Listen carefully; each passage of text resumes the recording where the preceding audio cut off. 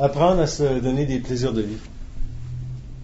Je vais commencer par définir qu'est-ce que c'est un plaisir de vie, parce que ça semble évident, puis ça semble pas nécessairement évident.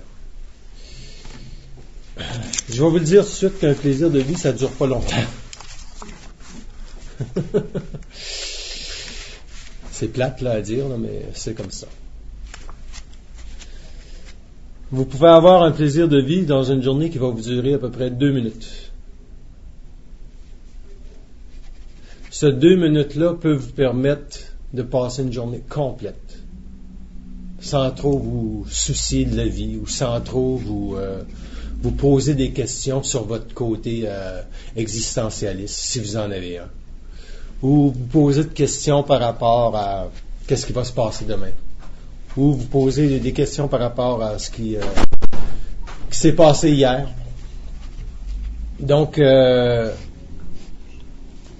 quand vous savez vous donner un plaisir de vie, vous allez automatiquement être capable d'identifier qui vous êtes. Ça prend pas de temps. Vous allez reconnaître dans peu de temps la grandeur de qui vous êtes. Mais il faut absolument que vous sachiez qu'un plaisir de vie, ça n'arrive pas tous les jours. On voudrait que ça arrive à tous les jours. Donc, ça demande beaucoup de présence en tant qu'individu dans sa journée. Dès le matin que vous vous levez, vous devez identifier comment vous vous sentez. Donc, si vous vous levez le matin puis vous êtes un peu plus, je dirais pas déprimé, mais un peu plus nonchalant, dans le sens que vous savez pas trop ce que vous allez faire de votre journée. Ok? Donc, ça c'est le premier point de départ.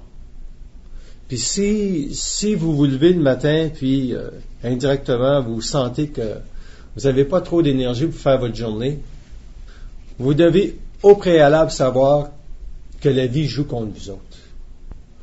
Parce que la vie, c'est pas nécessairement facile. Okay? Donc, vous avez eu une journée difficile peut-être la veille, puis vous vous êtes dit, bon, demain sera une autre journée. Et demain, c'est une autre journée, effectivement. Mais ça ne veut pas dire que demain, vous devez partir avec l'euphorie d'une nouvelle journée.